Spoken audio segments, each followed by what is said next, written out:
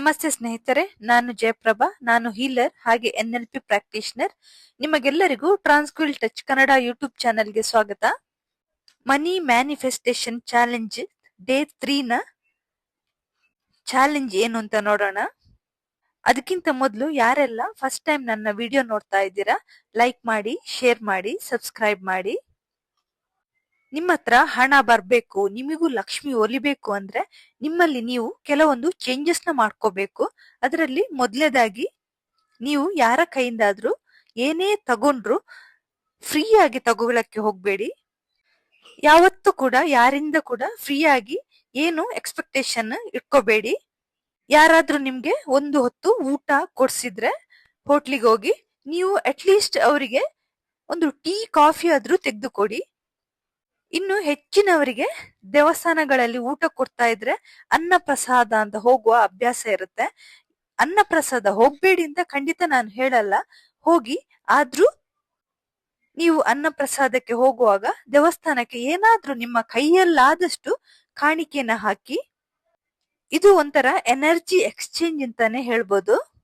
ಇನ್ನು ನೀವು ಹೋಟ್ಲಿಗೆಲ್ಲ ಹೋಗುವಾಗ ಅಲ್ಲಿ ನಿಮ್ಗೆ ಊಟ ಬಡಿಸ್ತಾರೆ, ಹಾಗೆ ನೀವು ತಿಂದಿರೋ ತಟ್ಟೆ ತೊಳಿತಾರೆ. ಹಾಗೆ ನೀವು ಆನ್ಲೈನ್ ನಲ್ಲಿ ಸ್ವಿಗ್ಗಿ ಝೊಮ್ಯಾಟೊಗಳಲ್ಲೆಲ್ಲ ಆರ್ಡರ್ ಮಾಡುವಾಗ ಆ ಹುಡುಗರಿಗೆ ಏನಾದ್ರೂ ನಿಮ್ಮ ಖುಷಿಯಿಂದ ಕೈಲಾದಷ್ಟು ಕೊಡಿ. ಹಾಗೆ ಮನೆ ಬಳಿ ಬರುವ ಕಸದ ಗಾಡಿಯಲ್ಲಿರುವವರಿಗೆ, ಹಾಗೆ ಪಬ್ಲಿಕ್ ಟಾಯ್ಲೆಟ್ ಕ್ಲೀನ್ ಮಾಡೋರಿಗೆ ಅವರು 5 ರೂಪೀಸ್ ಚಾರ್ಜ್ ಮಾಡಿದ್ರು ಪರವಾಗಿಲ್ಲ, ನೀವು ಒಂದು 10 ರೂಪೀಸ್ ಕೊಟ್ಟು ಬಿಡಿ. ಈ ತರ ಎಲ್ಲ ಮಾಡ್ತಾ ಇದ್ರೆ ನೀವು ಆದಷ್ಟು ಬೇಗ ಮನಿ ಮ್ಯಾನಿಫೆಸ್ಟೇಷನ್ ನ ಮಾಡ್ಬೋದು. ಇನ್ನು ಪ್ರತಿ ಸಲ ಕೂಡ ನಿಮ್ಮ ಅಕೌಂಟಿಗೆ ಹಣ ಬಂದು ಬೀಳುವಾಗ ಥ್ಯಾಂಕ್ ಯು ಹೇಳಿ. ಹಣ ಅನ್ನುವಂಥದ್ದು ಎಷ್ಟೋ ನಿಮ್ಮ ಆಸೆ ಆಕಾಂಕ್ಷೆಗಳನ್ನು ಪೂರೈಸಿರ್ಬೋದು. ಹುಟ್ಟಿದಾವತ್ತಿನಿಂದ ಇವತ್ತಿನವರೆಗೆ ಎಷ್ಟೋ ಅಗತ್ಯತೆಗಳನ್ನು ಕೂಡ ಪೂರೈಸಿರ್ಬೋದು. ಅದಕ್ಕೆ ಮೈ ಡಿಯರ್ ಮನಿ, ನನ್ನ ಅಕೌಂಟಿಗೆ ಬಂದಿದ್ಯಾ, ಥ್ಯಾಂಕ್ ಯು ಮನಿ ಅಂತ ಹೇಳ್ಕೊಳ್ಳಿ. ಹಾಗೆ ನೀವು ಯಾರಿಗೆ ಕೊಡುವಾಗ ಕೂಡ ತುಂಬಾ ಖುಷಿಯಿಂದ ಕೊಡಿ. ಯಾವತ್ತೂ ಕೂಡ ಇಷ್ಟು ಖರ್ಚು ಮಾಡ್ಬೇಕು ಅಥವಾ ಒಮ್ಮೆ ಅಂಗಡಿಗೆ ಹೋದ್ರೆ 1,000 ರೂಪಾಯಿ ಖರ್ಚಾಗುತ್ತೆ ಅಥವಾ ಹಣ ಕೊಡುವಾಗ ಬೇಸರ ಮಾಡ್ಕೊಂಡು ಕೊಡುದೆಲ್ಲ ಸ್ಟಾಪ್ ಮಾಡಿ. ಹಣ ಕೊಡುವಾಗ ಖುಷಿಯಿಂದ ಕೊಡಿ. ಹಾಗೆ ಅವರಿಗೆ ಬ್ಲೆಸ್ ಮಾಡಿಕೊಂಡು ಕೊಡಿ. ಒಂದು ಸಣ್ಣ ತರಕಾರಿ ಅಂಗಡಿ ಇಟ್ಕೊಂಡಿದ್ರೆ ನೀವು ಆದಷ್ಟು ಬೇಗ ದೊಡ್ಡ ತರಕಾರಿ ಅಂಗಡಿ ಇಡೋ ತರ ಆಗ್ಲಿ ಅಂತ ಬ್ಲೆಸ್ ಮಾಡಿ. ಅದನ್ನು ನೀವು ಬಾಯಿ ಬಿಟ್ಟು ಹೇಳ್ಬೇಕು ಅಂತಿಲ್ಲ, ನೀವು ನಿಮ್ಮ ಮನಸ್ಸಿನಲ್ಲಿ ಹೇಳ್ಕೊಂಡ್ರೆ ಕೂಡ ಸಾಕಾಗುತ್ತೆ.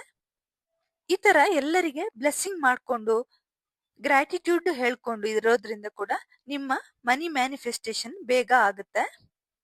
ಇನ್ನೊಂದು, ಮನಿ ಮ್ಯಾನಿಫೆಸ್ಟೇಷನ್ ಮಾಡ್ಕೊಳಕ್ಕೆ ನೀವು ಹಣ ಇರುವವರ ಬಗ್ಗೆ ಯಾವ ತರ ಒಪಿನಿಯನ್ ಇಟ್ಕೊಂಡಿದ್ದೀರಾ ಅನ್ನುವಂಥದ್ದು ಕೂಡ ಬಹಳ ಇಂಪಾರ್ಟೆಂಟ್ ಆಗುತ್ತೆ. ಎಷ್ಟೋ ಜನ ಹಣ ಇರುವವರನ್ನು ನೋಡಿ ತುಂಬಾ ಜಲಸಿ ಪಡ್ತಾರೆ. ಯಾವಾಗ್ಲೂ ಅವರ ಬಗ್ಗೆ ನೆಗೆಟಿವ್ ಮಾತನಾಡ್ತಾ ಇರ್ತಾರೆ. ಯಾರ ತಲೆ ಹೊಡೆದು ಮಾಡಿದಾನೋ ಆಸ್ತಿನ, ಅದು ಅವನ ಅಪ್ಪನ ಆಸ್ತಿ, ಅದು ಅವನ ತಾತನ ಆಸ್ತಿ, ಈ ತರ ಎಲ್ಲ ಯಾವಾಗ್ಲೂ ನೆಗೆಟಿವ್ನ ಮಾತನಾಡ್ತಾ ಇರ್ತಾರೆ. ಇಫ್ ಇನ್ ಕೇಸ್ ನಿಮ್ಗೆ ಅವರ ಬಗ್ಗೆ ಒಳ್ಳೇದು ಮಾತನಾಡ್ಲಿಕ್ಕೆ ಆಗಿಲ್ಲ ಅಂದ್ರು ನೀವು ಅವರ ಬಗ್ಗೆ ಕೆಟ್ಟದಾಗಿ ಮಾತನಾಡಬೇಡಿ, ಹಾಗೆ ಜಲಸಿ ಪಡ್ಬೇಡಿ. ಈ ತರ ಇದ್ರೆ ನಿಮ್ಗೆ ಲಕ್ಷ್ಮಿಯೇ ಒಲಿಯಲ್ಲ. ಹಾಗೆ ದುಡ್ಡು ಇರುವವರನ್ನು ನೋಡಿ ತುಂಬಾ ಖುಷಿ ಪಡಿ. ನಿಮಗೆ ಅವರ ಫ್ರೆಂಡ್ಶಿಪ್ ಮಾಡಕ್ಕೆ ಆಗಿಲ್ಲ ಅಂದ್ರೂ ಪರವಾಗಿಲ್ಲ, ಅಟ್ಲೀಸ್ಟ್ ಅವರನ್ನು ನೋಡಿ ತುಂಬಾ ಖುಷಿ ಪಡಿ. ಆಗ ನಿಮಗೆ ಕೂಡ ಮನಿ ಮ್ಯಾನಿಫೆಸ್ಟೇಷನ್ ಅನ್ನುವಂಥದ್ದು ಈಸಿಯಾಗಿ ಆಗುತ್ತೆ. ಇವತ್ತಿನ ವಿಡಿಯೋದಲ್ಲಿ ನಿಮ್ಮಲ್ಲಿ ನೀವು ಯಾವ ತರ ಚೇಂಜಸ್ ಮಾಡ್ಕೊಂಡ್ರೆ ಮನಿ ಮ್ಯಾನಿಫೆಸ್ಟೇಷನ್ ನ ಮಾಡ್ಕೊಳ್ಬಹುದು ಅಂತ ನೋಡಿದ್ವಿ. ಇವತ್ತಿನ ವಿಡಿಯೋ ಇಷ್ಟ ಆದ್ರೆ ಲೈಕ್ ಮಾಡಿ, ಶೇರ್ ಮಾಡಿ, ಸಬ್ಸ್ಕ್ರೈಬ್ ಮಾಡಿ. Thank you for watching.